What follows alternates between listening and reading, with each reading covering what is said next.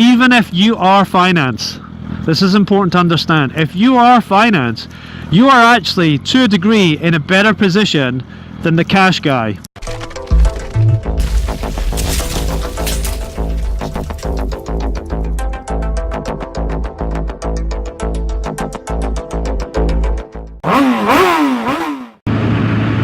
Good afternoon, MC Procrastinator here. I hope you guys are all doing well. I am. It's my little girl's birthday in the next couple of days and we have a birthday party later on. So I'm out enjoying the nice weather that we have today, and I decided that I was going to put some information for you guys together around buying a bike. Now, to give you a little bit of a background, I've owned, I don't know, 20 plus bikes over the last 15 years. Now, some of that's down to change of circumstances, where I may have changed work, or I may have had different ideas on what I wanted to get from riding, or it might be down to where I've decided to move up in engine size. So, taking all that information, I have a pretty good breadth and understanding of all the mistakes that I've made that leads me up to today. And again, I repeat my considerations on changing my bike for, and I'm pretty certain, an Aprilia Tuono. So I'd like to start by sort of giving you an idea on some of the mistakes that I've made, and then I'll sort of put that into some form of structure that will help you when you're buying a bike. I'd also like to comment that previously, before I got into the IT industry, I spent 12 to 15 years in sales marketing.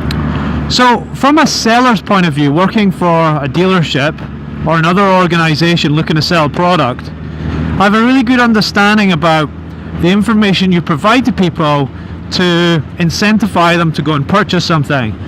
I just really want to sort of focus on giving you some helpful advice that will allow you to make better decisions, or a decision about purchasing your bike or your first bike or whatever that might be.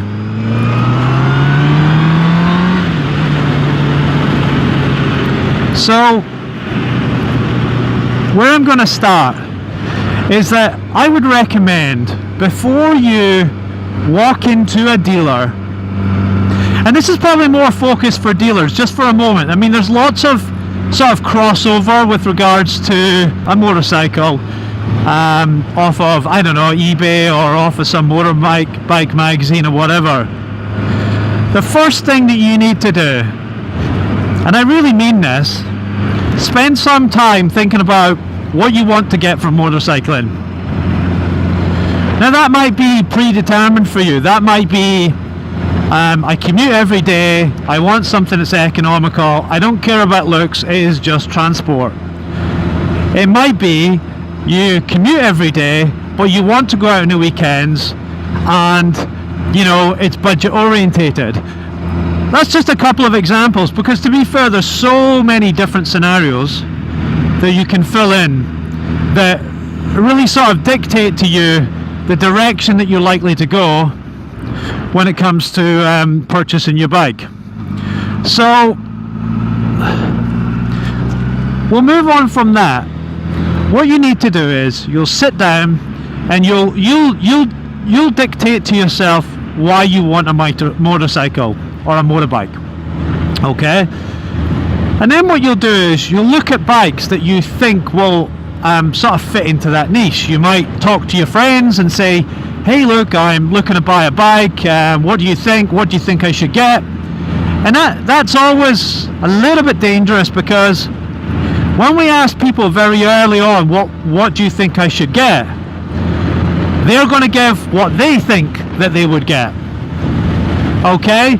And right now you're not really in a position to understand what you want. So what can happen is you go, this guy said, I should get a Ducati 999 or a 1098 or whatever it might be. I'm going to look at that. And then you look at that and you might read a review and go, wow, that just sounds like an amazing bike.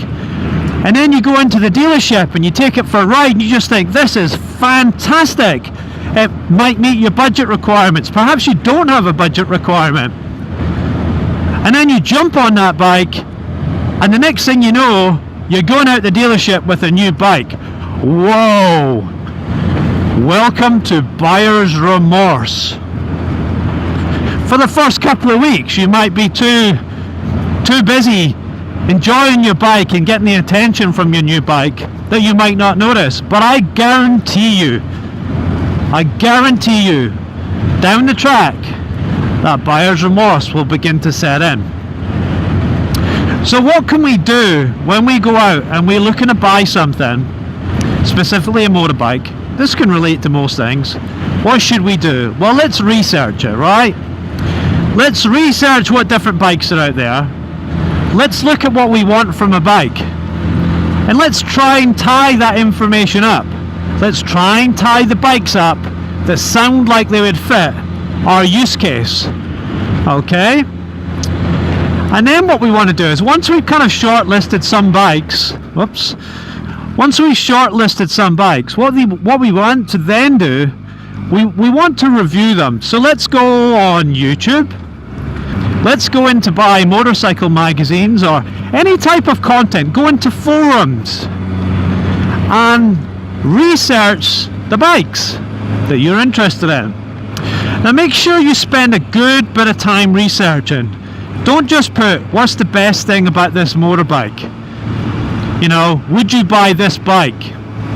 I mean, certainly if you put, would you buy a Honda CBR 1000RR, you may pick up a couple of negatives, but you need to, what's the common problems with this bike? Yeah? If the bike has ABS, put in, as an example, Honda CBR 1000RR ABS issues. Okay, what do we find? And you'll always find issues, okay? But you'll get a good understanding how easy it is to find these things, how likely it is that there may be an issue with that particular bike or model. So once you've gone through that, so now we've done the review process, perhaps we have a selection of maybe 4, 5, 6 bikes, different brands, perhaps a couple of the same brands, different types. Perhaps one's a race bike, perhaps one's a tourer, perhaps one's a custom. Whatever you've got it down to, what you now want to do is, this is the stage where you go, right, I am now going to go into a dealer, and assuming that you know your budget, because that's important as well, we need to sort out our budget. Sorry, I actually should have said that. So make sure you're looking at things that are within your budget, or at least just outside your budget. Okay? So spend a bit of time defining your budget, defining your requirements, researching the reliability and the user ratings of people that use this bike, and then go into a dealer. The dealer. This should be fun. Okay. So let's look at this in two ways. A lot of people see a salesman as the dodgy salesman. You know, whilst that is true for some people, that's no more different than any other type of industry where there's somebody that's exceptionally great at their job and somebody that's not very good at their job, and then down the bottom of that pile is somebody that looks to take advantage of others, ruin it for others, and really has no care in the world and thinks about themselves. You will find, for the most part, whilst the salesman's heavily incentivized by selling something, if he's really good, for the most part, he will do that because he knows his stuff. He's sold a lot of people and clients bikes. He knows how to communicate, and he knows how to extract information from you. And more importantly, he knows that even if you come in and say, I want a CBR 1000RR, in my circumstance, he will be able to tell you, yep, so look, I'm just going to give you a little bit of information here. I know you want to buy a CBR 1000RR, but you just told me that you do this type of riding, and you do, I don't know, maybe 2 hours of commute there and back every day. Have you considered perhaps the unfaired version, but whatever the equivalent is of the naked bike? And this is what that would mean to you. And then you might go, oh wow, you know, I didn't think about that. You know? And so look, a salesman can be really, really valuable to you. More so than what a friend can. He doesn't see what, you know, goes on every day in people that are looking to buy bikes. He doesn't get that first-hand experience, or she. Sorry, I've been a bit sexist there, leaving you girls out there. So, a salesman really does have a first point of view. He gets to see the people like me that come in that have made mistakes in the past.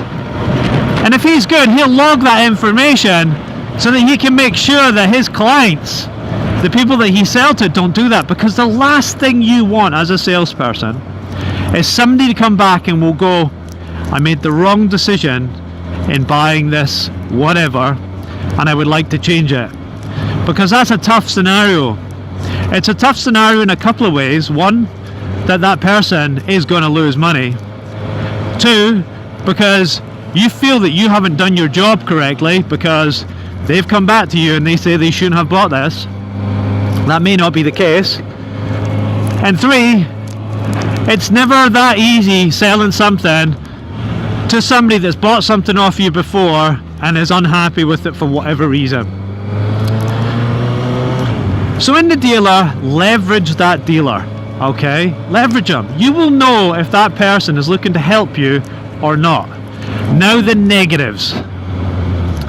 The dealer, when you look at a bike that you have decided on, you both agree is relatively the right thing, it will be the best thing since sliced bread.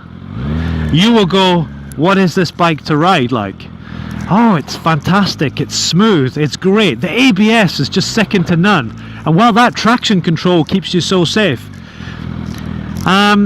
Is there any negatives? No, we sell lots of these bikes and everybody enjoys them, and we all know, right, for the most part that may be true,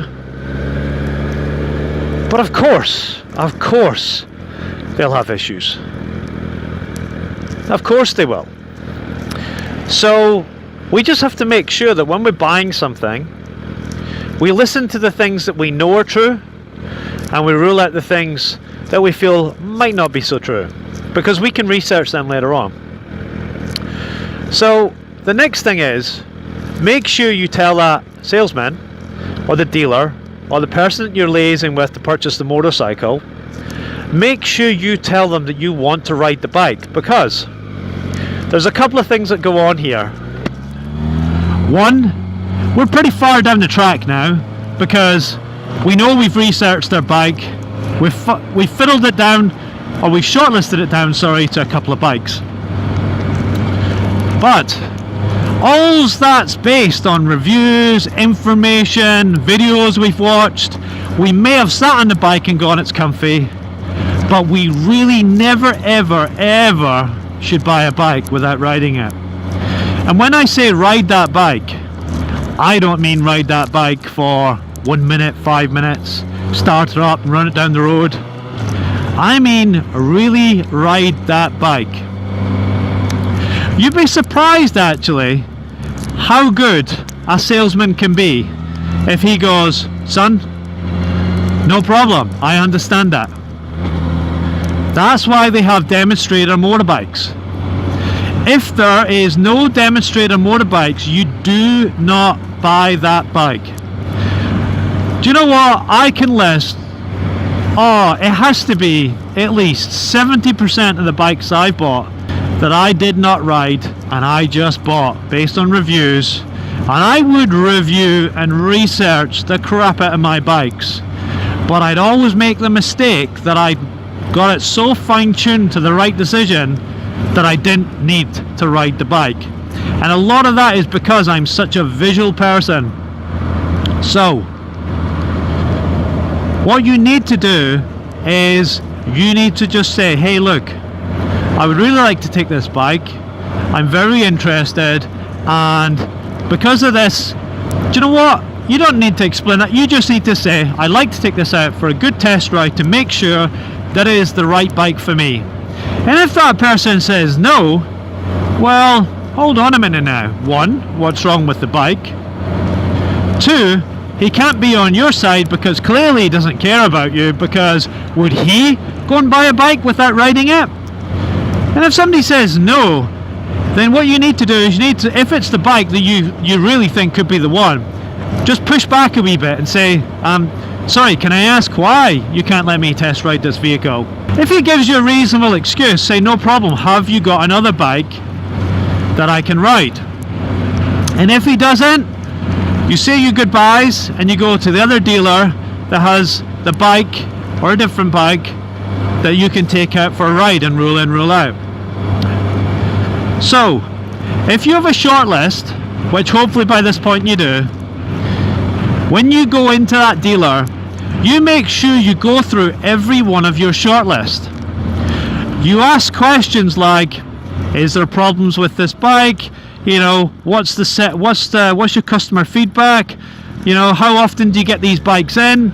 And truthfully, you know, if they get a lot of these bikes in, there's a good chance that the reason they get a lot of bikes in is, one, either they're very, very popular from new, or that there's probably a couple of things actually. Very popular from new, or people tend not to like them. Perhaps they're high cost of maintenance and they trade them back in for something more suitable, or perhaps they're an entry-level bike so somebody can get their license, etc. They use that for a period of time and then they change it. So just make sure that you pretty much run off those things. You know, you understand the kind of cycle around this specific bike you're looking at. And then look, when it comes to that time that you're going to make that decision, you've looked and ruled out all the bikes, you've made sure, you've asked the salesman, hey, so before I buy this bike, what other bike should I consider? I looked at this, tell him what you've done, and tell him the logic of what you've done, just in case there's something else there. At the end of the day, if somebody spent a couple of hours with you, there is always a danger that they get to that point where they just want the sale. So just bear that in mind. So, agreeing a price. So lots of different dealerships and sales organizations have different strategies around how to maximize the amount of money that they get from you. Like, we don't discount here. Sorry, our bikes are already on sale. We can't give you anything because it's a dealer special. That's all very well, and in some instances that can be very true. However, one really powerful thing is, actually there's 2 or 3 really strong things to motivate a dealer to do a deal with you. One, I will buy now if you give me the deal that I want. I'll offer you. And you know, I'd probably say don't offer something ridiculous. Like, you shouldn't ride a bike that's $15,000 when you only have $10,000 to spend. The only person disappointed is you, and you're wasting the salesman's time. Okay? However, if you do have a budget that's extendable based on the right requirements, that's different. But if you only have $10,000 and you know it's only $10,000, don't go and look at a $15,000 bike and go, oh, I can get that for 10. Or a $12,000 bike and get that for 10. Although with 12,000, you'll probably get closer, but you need to bear in mind you're going to have to put more money in. So negotiate and turn around and say, I have the money now, I will give you this cash now. And you know what? Even if you are finance, this is important to understand, if you are finance, you are actually, to a degree, in a better position than the cash guy.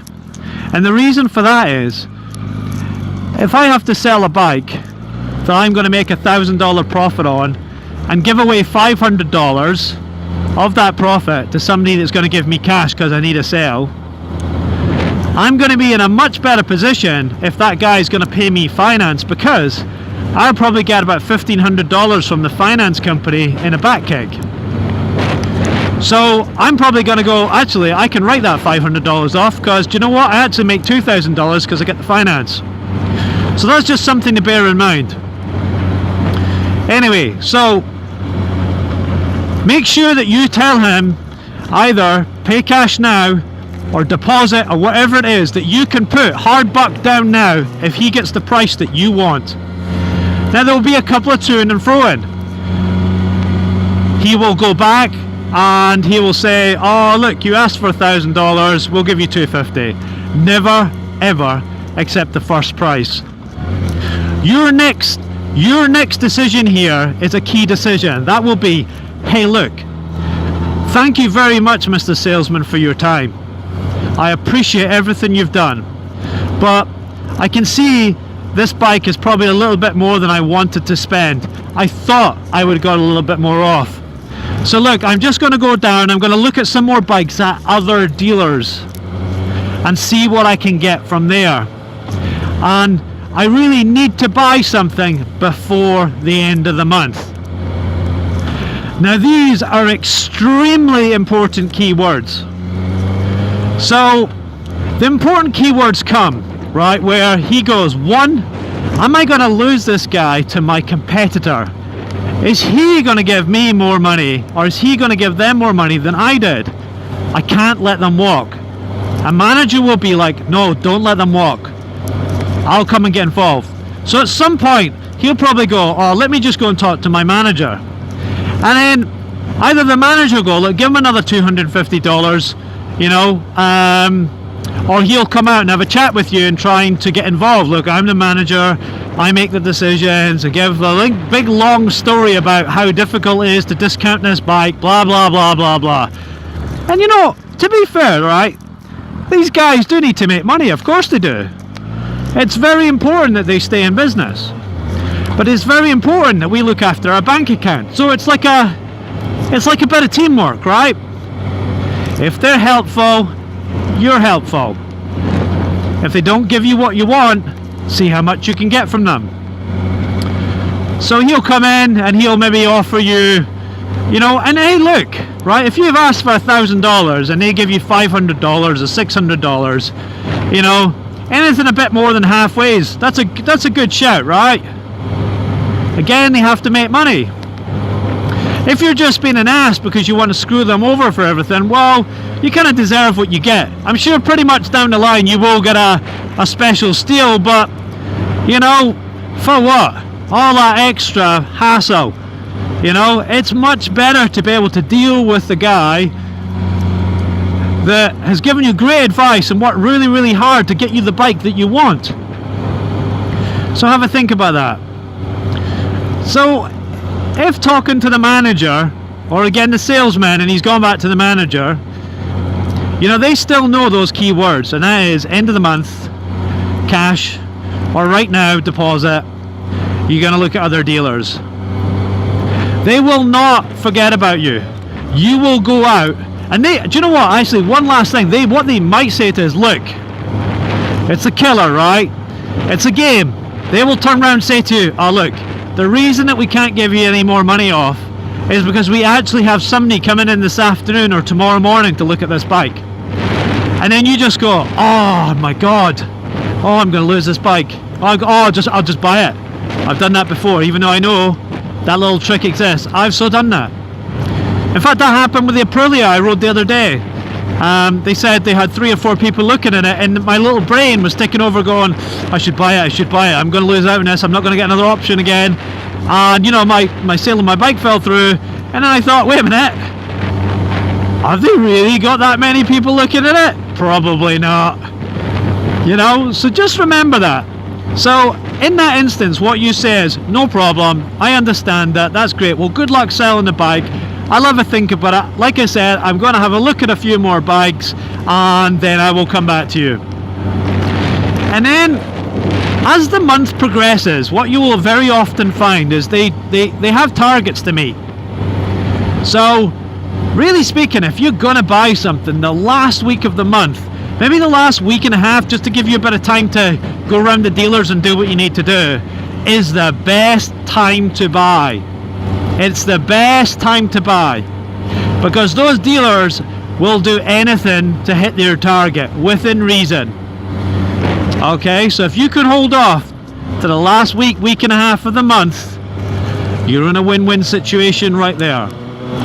So you've gone round to other dealers, or you've not, because they've got the bike you want, but you've held off your excitement and your enthusiasm. Difficult thing to do, I tell you that. And then you get a phone call maybe 2-3 days before, or you might have a salesman that's really busy and just forgets about you, so you give them a ring 2-3 days before the end of the month. So either or, hopefully they'll be doing a good job and they have the staff to be able to give you a ring and say, hey look, you know, how about we get you back in and talk about this bike again. The back end is a key thing, because that means if they can get you in, if it takes them 2-3 hours, they're going to sell you something. Just make sure you stick it out for as long as possible. Okay? Worst case scenario, you walk away, an hour later you give them a ring, yeah, I've made the decision, I'm going to buy the bike. But usually you have much more leverage in this specific situation. So now we're at home, we've either called them or they've called us, and it's looking good. They said, hey look, have you bought a bike yet? Oh no, look, I really like yours, but you know, I've decided I'm just going to hold off till next month because yeah, I just didn't really want to spend this much money. I know I can get another deal. Somebody offered me this one, but you know, something happened with it. Whatever, right? Just tell him how it is, and he'll go, right, how about come in, look, we'll sort something out for you. And if they don't say that and they just say, have you bought a bike yet? And you go, no, and they go, all right, okay, just checking on you. Make sure to turn around and say, look, is there something else you can do? Make sure you engage the salesman, because you know, like, you might be talking to a new salesman and he might be unfamiliar with the territory. He might not have the confidence to say, look, come down and I'll sort you out a deal. Just come down, let's have a talk, let's see what we can do. Perhaps we've got something else for you, but look, come down and we'll do our best to try and get you something that's going to work for you. All right? So if he can't say that, then it could be confidence, or it just could be he's not really that switched on, he's just calling you because the manager told you to call him. So based on that information, go into the dealer, and look, I guarantee you, if you've done all these things, you're going to get a bike that you're happy with, that you've not overspent on, and you're going to have a good dealer to be able to look after you in the future. Now, I think the only thing that we need to get from this now is, I think I need to listen to my own advice. And when we have our emotions and, you know, that kind of little child in us that wants something new, it can actually be a surprisingly difficult thing to control. We're all very different. However, these tools, these mental tools and these skills apply to everybody. I'm hoping that my experience across the motor trade and my historical mistakes through purchasing motorcycles will help you have a less wastage of money, where you can invest it more into the parts and the gear that you want for your motorbike. So guys, for now, I'd like to say goodbye. Please like, share, comment and subscribe, and on that note, see you later. MC Procrastinator out.